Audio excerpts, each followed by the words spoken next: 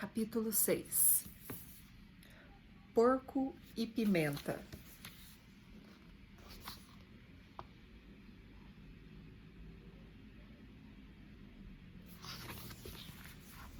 Vamos lá.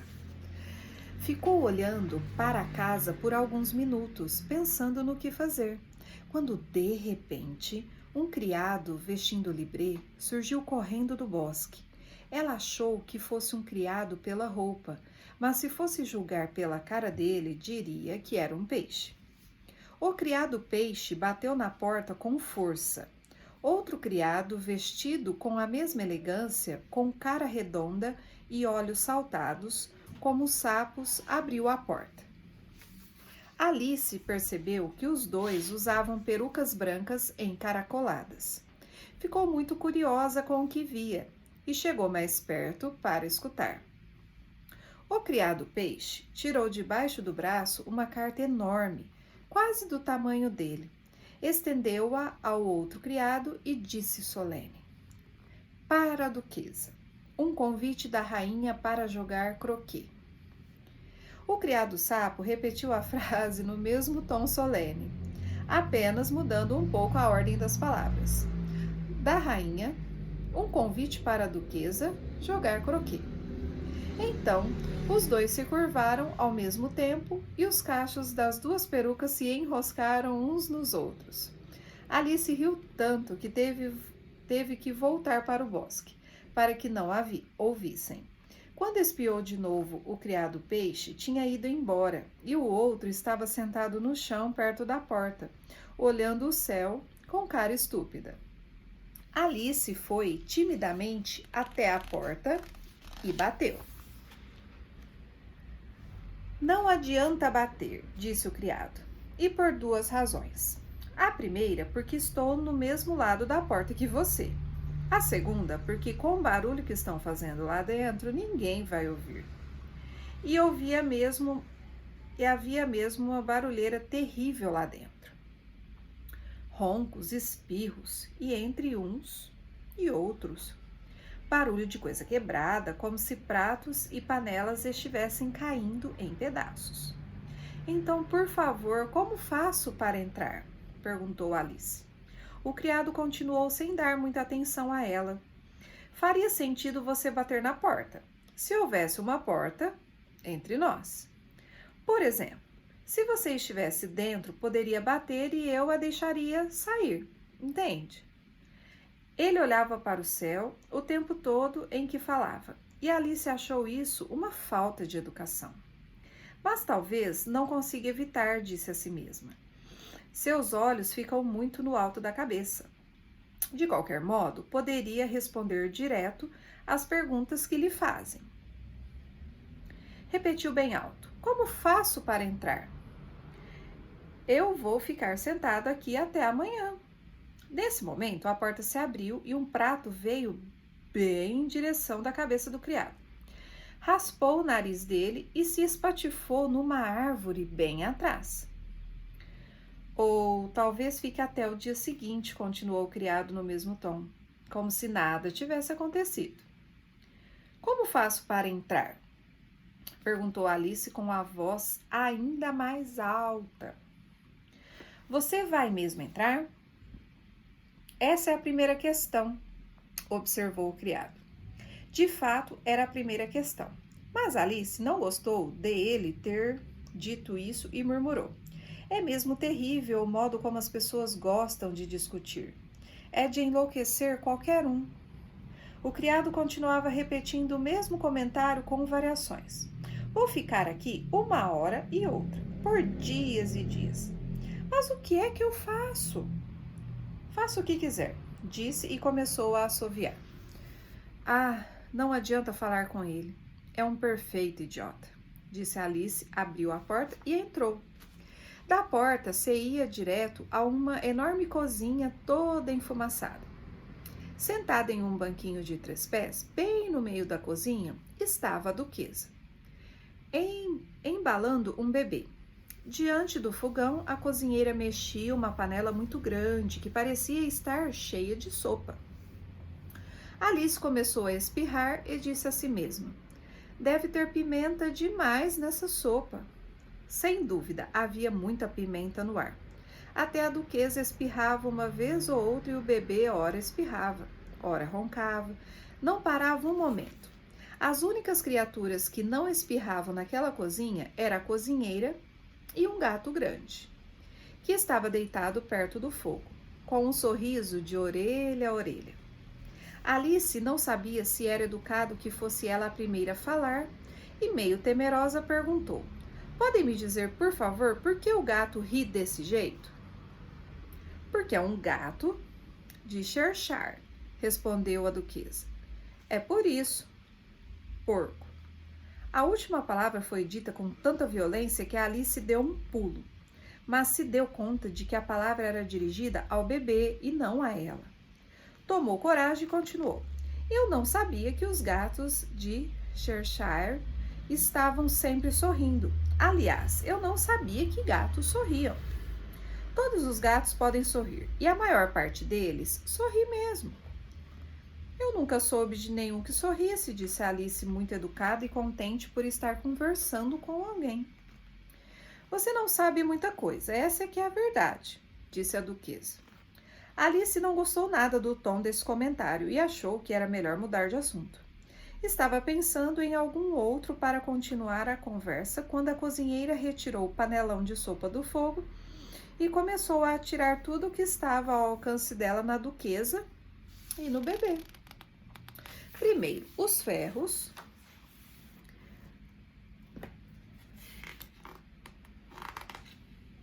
de remexer as brasas, e depois uma chuva de panelas, pratos e travessas. A duquesa não dava a menor importância a isso, mesmo quando algo a acertava. E o bebê já gritava tanto que não era possível dizer se era porque algo tinha caído nele. "Ei, por favor, olha o que está fazendo", gritou Alice, pulando e se abaixando apavorada. "Ai, lá se vai o rico narizinho dele."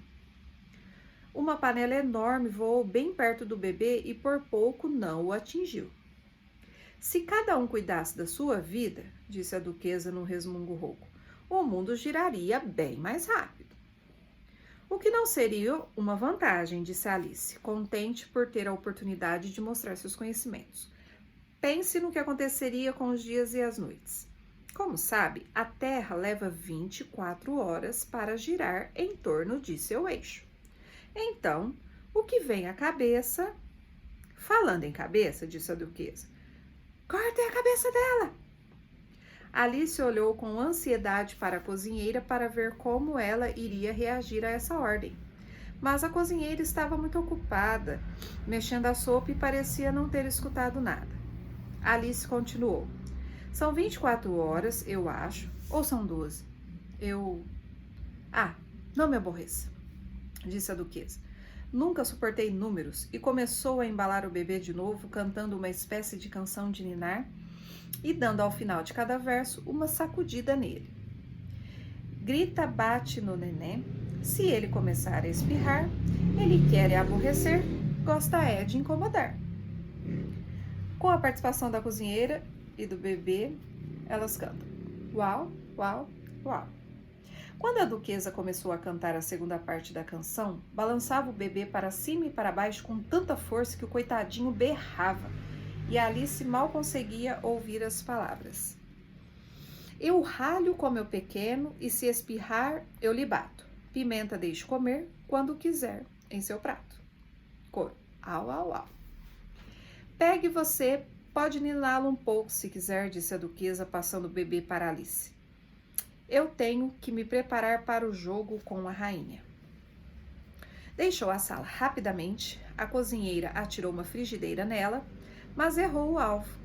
Alice segurava o bebê com alguma dificuldade, porque a criaturinha tinha uma forma esquisita e espichava os braços e pernas em todas as direções, como uma estrela do mar, pensou Alice. O pobrezinho roncava como se fosse uma máquina a vapor, e se encolhia e se espichava o tempo todo. Alice passou os primeiros minutos tentando descobrir como segurá-lo, quando por fim encontrou um modo, que era amarrando-o com um nó e prendendo firme a orelha direita e e o pé esquerdo, mas o nó não, para o nó não se desfazer.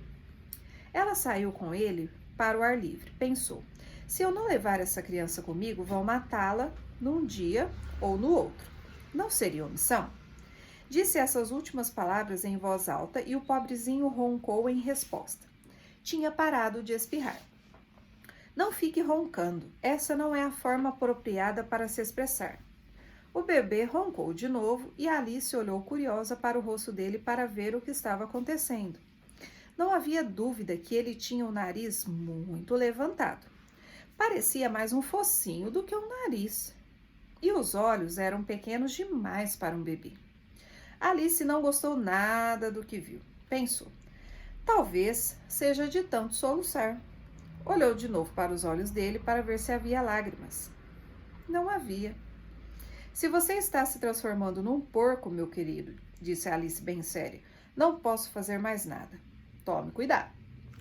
A criaturinha soluçou ou roncou, é impossível dizer se foi uma coisa ou outra. E por um tempo ficaram os dois em silêncio. Alice então começou a pensar: e agora? O que faço com essa criatura quando chegar em casa? Então ele roncou de novo, mas com tanta força que ela olhou para ele assustada. Desta vez não havia nenhuma dúvida. Ele era nada mais, nada menos que um porco. Percebeu que era um absurdo continuar com ele nos braços. Pôs a criaturinha no chão e se sentiu aliviada ao vê-lo andar calmamente em direção ao bosque. Pensou: se tivesse crescido como bebê, seria uma criança horrorosa. Mas, como porco, é uma gracinha. Pensou em outras crianças que ela conhecia que ficariam muito bem como porcos. E já ia dizendo, se a gente soubesse como transformá-las, quando espantada, viu o gato de Cheshire sentado num galho de árvores perto dela. O gato viu Alice e deu um amplo sorriso. Parecia bem-humorado, mas suas garras eram muito longas e ele tinha muitos dentes, de modo que ela achou melhor tratá-lo com respeito. Gatinho de Cheshire, começou ela, insegura porque não sabia se iria gostar de ser tratada assim. Mas o gato abriu o sorriso e ainda mais. Ora, até aqui ele está gostando, pensou e prosseguiu. Por favor, pode me dizer qual o caminho para eu sair daqui? Depende muito do lugar para onde quer ir. Não me importa muito o lugar. Então não importa o caminho que vai seguir. Contanto que eu chegue a algum lugar, completou Alice. Ah, pode ter certeza de que chego. É só caminhar bastante. Alice reconheceu que isso não se podia negar e tentou outra pergunta. Que tipo de gente mora aqui? Naquela direção, disse o gato apontando com a pata direita. Mora um chapeleiro e naquela direção, apontando a outra pata, vive a lebre de março. Você pode visitar qualquer um. Os dois são loucos. Mas eu não quero viver no meio de gente doida, observou Alice. Ah, mas não dá para evitar, respondeu o gato. Somos todos loucos aqui. Eu sou louco, você é louca. Como é que pode saber se sou louca? Deve ser, respondeu o gato, ou não estaria aqui. Alice não achou que essa era uma prova suficiente, continuou. E como é que você sabe que é louco? Bem, para começar, um cachorro não é louco, concorda? Acho que sim. Pois bem, você sabe que um cachorro rosna quando está bravo e abana o rabo quando está contente. Eu não faço isso. Eu rosno quando estou contente e abano o rabo quando estou bravo. Então eu sou louco. Eu diria que você rosna. Eu diria que você ronrona e não que você rosna. Diga como quiser. Você vai jogar com a rainha hoje? Eu gostaria, mas não fui convidada. Você me encontra lá, disse o gato, e desapareceu. Alice não ficou muito surpresa com isso, porque já estava se acostumando com as coisas esquisitas que aconteciam. Ela ainda olhava para o lugar de onde o gato havia desaparecido, quando ele apareceu de novo, de repente. E esquecendo de perguntar, o que aconteceu com o bebê? Ele virou porco, respondeu Alice com calma, como se o reaparecimento do gato fosse a coisa mais natural do mundo. Achei que isso iria acontecer, disse o gato, desaparecendo novamente. Alice aguardou um pouco, esperando que ele aparecesse outra vez, e então tomou a direção que levava à casa da lebre de março, dizendo: Eu já conheço chapeleiros. A lebre de março deve ser muito mais interessante. E como estamos no mês de maio, pode ser que ela não esteja tão louca quanto em março. Ao dizer isso, olhou para cima e lá estava novamente o gato deitado num galho. Você disse porco ou coco? Eu disse porco. E gostaria que você não ficasse aparecendo e desaparecendo de repente. Fico tonta com isso. Está certo, disse o gato. Dessa vez, ele foi desaparecendo devagar. Começou a desaparecer pela ponta do rabo e terminou no sorriso, que permaneceu no ar quando o resto já não se via. Puxa, eu já vi muitos gatos sem sorriso, mas um sorriso sem gato é a coisa mais estranha que eu já vi na vida. Não tinha andado muito e já avistava a casa da lebre de março. Achou que devia ser a casa dela, porque as chaminés tinham forma de orelhas e o telhado era coberto de pelo. A casa era tão grande que ela não quis se aproximar, antes de morder uma porção de cogumelo que tinha na mão esquerda e crescer mais de meio metro. Mesmo assim, foi em frente, com cuidado. E se ela estivesse doida, mas muito doida mesmo? Talvez tivesse sido melhor ter ido à casa do chapeleiro em vez de vir aqui.